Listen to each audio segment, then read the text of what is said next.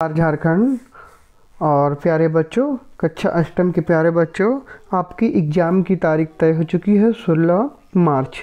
और इस golden period एक महीना, करीब एक महीना के गोल्डन पीरियड में आइए हम लोग जल्दी से तैयारी में लग जाएं। और सबसे पहला जो प्रश्न है, प्रश्न बैंक सा उत्तर पुस्तक 2023 का जो हम सबसे पहला जो सब्जेक्ट देखने जा रहे हैं वो क्लास 8 का है, विज्ञान और प्रौद्योगिकी का है ना। तो आइए हम लिए चलते हैं आपको क्वेश्चन की ओर। तो सबसे पहला जो हम लोग चैप्टर देख रहे हैं वो कोशिका है। क्या है? कोशिका। तो सबसे पहला सवाल है कि केंद्रक में कौन सा द्रव्य पाया जाता है। तो सबसे पहला ऑप्शन है केंद्रक द्रव्य, केंद्रिका द्रव्य, कोशिका द्रव्य और राजधानी। तो इसका सही उत्तर होगा कोशिका द्रव्य। दूसरा, जंतु कोशिका में क्या अनुपस्थित होता है। तो इसका सही जवाब है जंतु कोशिका में कोशिका भित्ति, सी वाला, ठीक ना, कोशिका भित्ति अनुपस्थित होता है। तीसरा, क्लोरोप्लास्ट किसमें पाया जाता है। तो क्लोरोप्लास्ट आपका, तो यहाँ पर ऑप्शन है जंतु कोशिका, पौध कोशिका, दोनों में और किसी में नहीं। तो क्लोरोप्लास्ट पौध कोशिका में पाया जाता है, ये टिक लगाना है। चौथा, अमीबा एक एकल कोशिकीय जीव है, इसके एक ही कोशिका में होती है अंतःग्रहण, पाचन, अवशोषण एवं उत्सर्जन और यह सभी क्रियाएं। तो साफ है अमीबा में सभी होती है, तो इसका आंसर क्या होगा, यह सभी क्रियाएं। 5, सर्वप्रथम कोशिका की खोज किसने की थी। पांचवा सवाल है सर्वप्रथम, तो हम लोग सभी जानते हैं, ऑप्शन में रॉबर्ट हुक है, एंटोन वान लीeuwenhoek है, एरिस्टॉटल है, जॉन मेंडल है, ठीक ना। तो इसका सही जवाब है, छठा का सही जवाब है सर्वप्रथम जीवित कोशिका की खोज एंटोन वान लीeuwenhoek ने किया था। तो इसका सही जवाब है छठा का बी। सजीवों के शरीर की सबसे छोटी रचनात्मक और क्रियात्मक इकाई को क्या कहते हैं। तो सातवां का पहला आंसर होगा कोशिका। सजीवों के शरीर की सबसे छोटी रचनात्मक और क्रियात्मक इकाई को क्या कहते हैं। तो कोशिका, ए। आठवां, इनमें से आकार में सबसे छोटी कोशिका किसकी है। शुतुरमुर्ग का अंडा, माइक्रोप्लाज्मा, अमीबा, पेशीय कोशिका। तो आठवां का सही जवाब है माइकोप्लाज्मा, इसमें सबसे छोटी कोशिका है। नौवां, इनमें कौन सी एकल कोशिका है जो आकार में बड़ा होने के कारण नग्न आंखों से देख सकते हैं। अमीबा, माइकोप्लाज्मा, शुतुरमुर्ग का अंडा और युगलिना। तो 9 का सही जवाब है शुतुरमुर्ग का अंडा। इनमें से कौन सी एकल कोशिका है जो आकार में बड़ा होने के कारण नग्न आंखों से दिखाई देता है। तो शुतुरमुर्ग का अंडा। 10, कोशिका के सबसे बाहर का आवरण या घेरा क्या कहलाता है। कोशिका झिल्ली, कोशिका द्रव्य, केंद्रक और केंद्रिका। तो सही जवाब है कोशिका के सबसे बाहर का आवरण कोशिका झिल्ली कहलाता है, ए। 10 के बाद 11 क्वेश्चन है, कोशिका झिल्ली एवं केंद्रक के बीच के भाग में सभी कोशिकांग रहते हैं।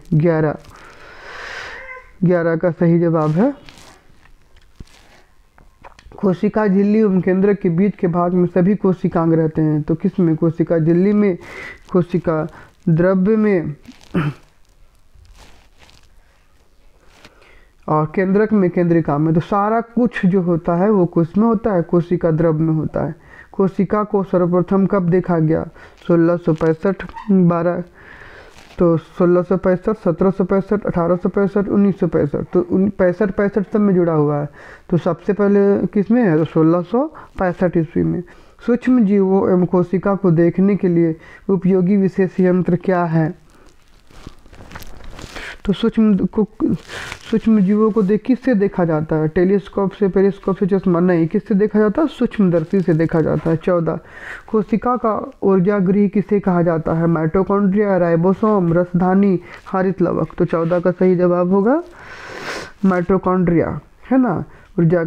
कोशिका का ऊर्जा गृह किसे कहा जाता है, माइटोकॉन्ड्रिया। 15, एक कोशिका जीव का उदाहरण निम्नलिखित में से कौन सा है। 15 का सही जवाब है एक कोशिका जीव का उदाहरण। तो अमीबा, हाथी, पेड़ पौधा। तो सही जवाब क्या होगा, अमीबा। कोशिका में गुणसूत्र कहाँ पाए जाते हैं? 16। तो कोशिका में गुणसूत्र केंद्रक में पाए जाते हैं। कोशिका में गुणसूत्र कहाँ पाए जाते हैं? तो केंद्रक में पाए जाते हैं। समान कोशिकाओं का समूह जो एक विशिष्ट अंग का निर्माण करता है। 17 का सही जवाब है समान कोशिका का समूह जो एक विशिष्ट अंग का निर्माण करता है क्या कहलाता है? तो इसका सही जवाब है उत्तक।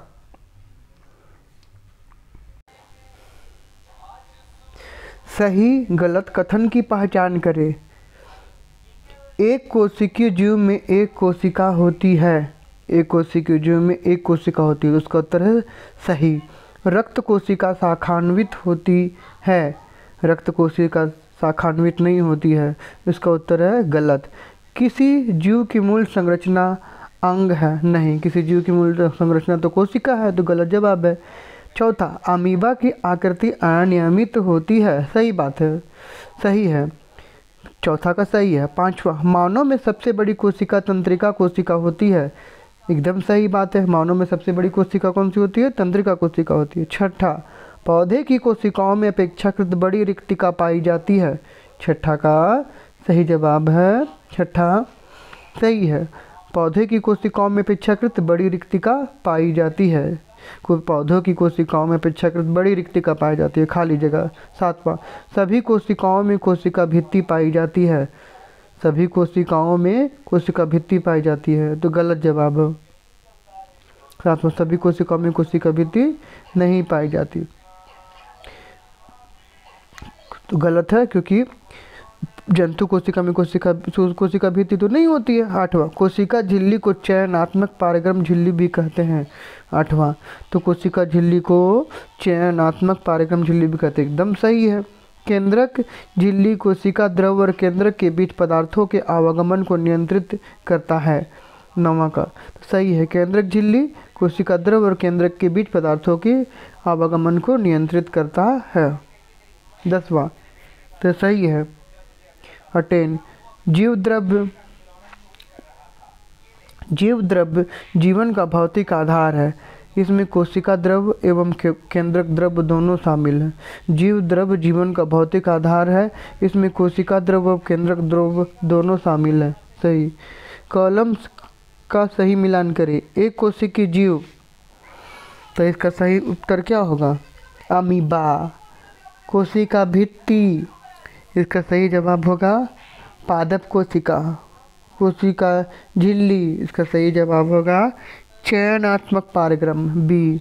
कोशिकाओं का समूह, इसे क्या कहते हैं?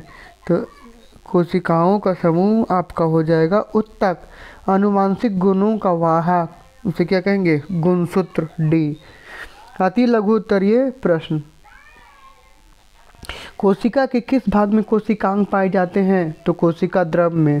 सजीव में आनुवांशिक गुणों का वाहक कौन है? उत्तर जीन। पौधों की कोशिका के सबसे बाहरी परत को क्या कहते हैं? तो तीसरा कोशिका भित्ति। कोशिका की खोज किस वैज्ञानिक ने की थी? चौथा रॉबर्ट हुक। जीवन की मूलभूत इकाई किसे कहते हैं? उत्तर कोशिका। लघु उत्तरीय प्रश्न, कोशिका के 3 प्रमुख घटकों के नाम लिखे। कोशिका के 3 प्रमुख घटक निम्नलिखित है। पहला कोशिका झिल्ली, कोशिका द्रव एवं केंद्रक, है ना। रॉबर्ट हुक ने कॉर्क की पतली परत में क्या देखा और उसका नाम उन्होंने क्या दिया? तो सही जवाब है, रॉबर्ट हुक ने कॉर्क की पतली परत में मधुमक्खी के छत्ते के समान छोटे छोटे कोष्ठक देखे। इन्होंने प्रत्येक कोष्ठ का नाम सेल या कोशिका दिया है। तीसरा, कोशिका भित्ति पौधों में ही क्यों होती है? तो कोशिका भित्ति पौधों में इसलिए होती है क्योंकि पौधे चल नहीं सकते, इसलिए ताप में परिवर्तन और तीव्र गति से चलने वाली वायु, वायुमंडलीय नमी आदि विभिन्न परिवर्तनों से सुरक्षा के लिए ही पौधों की कोशिका झिल्ली के बाहर मोटी परत कोशिका भित्ति होती है। चौथा सवाल, पादप एवं जंतु में किस प्रकार की रिक्तिका पाई जाती है? तो इसका सही जवाब है, पादप में रिक्तिका बड़ी एवं संख्या में कम होती है। जंतुओं में यह अनुपस्थित या छोटी छोटी होती है। पादपों में रिक्तिका बड़ी है ना, चौथा सवाल है, पादप एवं जंतु में किस प्रकार की रिक्तिका पाई जाती है? तो पादप में रिक्तकों की बड़ी बड़ी संख्या में कम बड़ी बड़ी एवं संख्या में कम होती है। जंतुओं में अनुपस्थित या छोटी छोटी होती है। रिक्तिका का बात है। प्रोकैरियोटिक कोशिका किसे कहा जाते हैं? तो प्रोकैरियोटिक तो कोशिका जिससे संगठित केंद्रक नहीं होता, कोशिका जिसमें सुसंगठित केंद्रक नहीं होता अर्थात केंद्रक झिल्ली अनुपस्थित होते हैं, वह प्रोकैरियोटिक कोशिका कहलाती है। दीर्घोत्तरीय प्रश्न, कोशिका द्रव्य क्या है? कोशिका द्रव्य में पाए जाने वाले अंगों के नाम और उनकी प्रमुख कार्य को लिखें। तो इसका सही जवाब है कोशिका झिल्ली एवं केंद्रक के बीच का भाग। कोशिका द्रव्य में माइटोकॉन्ड्रिया, गोल्जी कॉय, राइबोसोम, हरित लवक, रसधानी होते हैं। कोशिका द्रव्य क्या है? तो कोशिका झिल्ली एवं केंद्रक के बीच का भाग। कोशिका द्रव्य में माइटोकॉन्ड्रिया, गोल्जी कॉय, राइबोसोम, हरित लवक, रसधानी इत्यादि होते हैं। कोशिका द्रव्य में पाए जाने वाले अंगों के नाम, तो माइटोकॉन्ड्रिया का काम क्या है? यह कोशिका को ऊर्जा गृह पावर हाउस होता है। कोशिकाएं श्वसन के रूप में कार्य करती हैं। गोल्जी कॉय कोशिका में बने पदार्थों का संचयन, रूपांतरण व पैकेजिंग करता है। गोल्जी कॉय है ना। राइबोसोम प्रोटीन का संश्लेषण करता है। हरित लवक यह हरा वर्णक मुख्य रूप से पत्तियों में हरा रंग प्रदान करता है जिससे प्रकाश संश्लेषण की क्रिया होती है। रसधानी कोशिका के आयतन को नियंत्रित करती है। दूसरा प्रश्न है, चित्र बनाकर पौध कोशिका एवं जंतु कोशिका में अंतर स्पष्ट कीजिए। तो चित्र बनाएंगे बच्चों, आप लोग किताब में दिया हुआ है और अंतर स्पष्ट करना है। तो अंतर होगा कोशिका का भाग, पादप कोशिका, जंतु कोशिका। कोशिका झिल्ली, तो पादप कोशिका में कोशिका झिल्ली उपस्थित होता है, जंतु कोशिका में उपस्थित होता है। कोशिका भित्ति उपस्थित और जंतु कोशिका में अनुपस्थित। केंद्रक कोशिका भित्ति के पास होता है और जंतु कोशिका में मध्य में होता है। केंद्रक झिल्ली उपस्थित और जंतु कोशिका में भी उपस्थित होता है। कोशिका द्रव्य उसमें भी उपस्थित होता है, जंतु कोशिका में भी उपस्थित होता है। प्लास्टिड पादप कोशिका में उपस्थित होता है, जंतु कोशिका में अनुपस्थित होता है। रिक्तिकाएं उपस्थित स्पष्ट बड़ी होती है, जंतु कोशिका में प्राय अनुपस्थित या बहुत छोटी होती है। तीसरा सवाल, तीसरा, कोशिका द्रव्य एवं केंद्रक द्रव्य में अंतर लिखिए। या दोनों द्रव्यों के संयुक्त रूप को क्या कहा जाता है? तो संयुक्त रूप से कोशिका द्रव्य एवं यह संयुक्त रूप से जीव द्रव्य कहलाता है। कोशिका द्रव्य व केंद्रक द्रव्य में क्या कहलाता है? संयुक्त रूप से जीव द्रव्य। कोशिका द्रव्य एवं केंद्रक में क्या अंतर है? तो कोशिका द्रव्य कोशिका झिल्ली के अंदर केंद्रक को छोड़कर, कोशिका द्रव्य जो है वो कोशिका झिल्ली के अंदर केंद्रक को छोड़कर संपूर्ण पदार्थों के बीच पाए जाने वाले द्रव्यों को कहते हैं, जबकि कोशिका झिल्ली में केंद्रक के अंदर पाए जाने वाले द्रव्य को केंद्रक द्रव्य कहते हैं, जबकि कोशिका झिल्ली में केंद्रक के अंदर पाए जाने वाले द्रव्य को केंद्रक द्रव्य कहते हैं।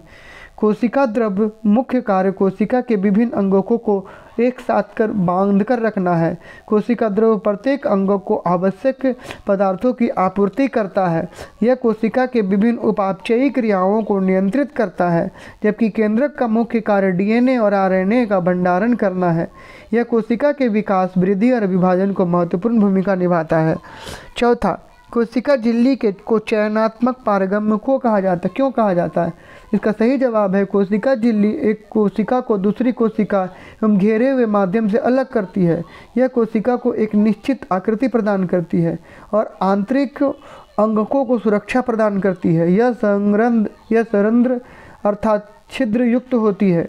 यह चयनित पदार्थों को अंदर आने तथा हानिकारक पदार्थों को बाहर जाने देता है, इसलिए इसे चयनात्मक पारगम्य कहते हैं। कोशिका में क्रोमोसोम अथवा गुणसूत्र कहाँ पाए जाते हैं? इनके कार्यों का वर्णन करें। तो कोशिका में क्रोमोसोम अथवा गुणसूत्र केंद्रक में पाए जाते हैं। गुणसूत्र जीन के धारक हैं तथा आनुवंशिक गुणों अथवा लक्षणों को जनक की अगली पीढ़ी में स्थानांतरित करते हैं। कोशिका में क्रोमोसोम अथवा गुणसूत्र केंद्रक में पाए जाते हैं। गुणसूत्र जीन के धारक हैं तथा अनुवांशिक गुणों अथवा लक्षणों को जनक से अगली पीढ़ी में स्थानांतरित करते हैं। तो ये है इतना क्वेश्चन, आप ध्यान से पढ़िए, है ना।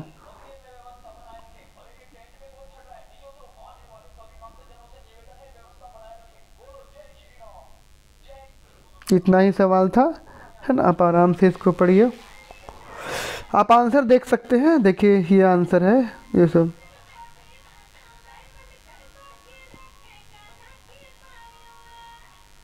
वीडियो को रोक के आराम से आप देख सकते हैं। तो इतना ही, ठीक है, खूब मेहनत करिए।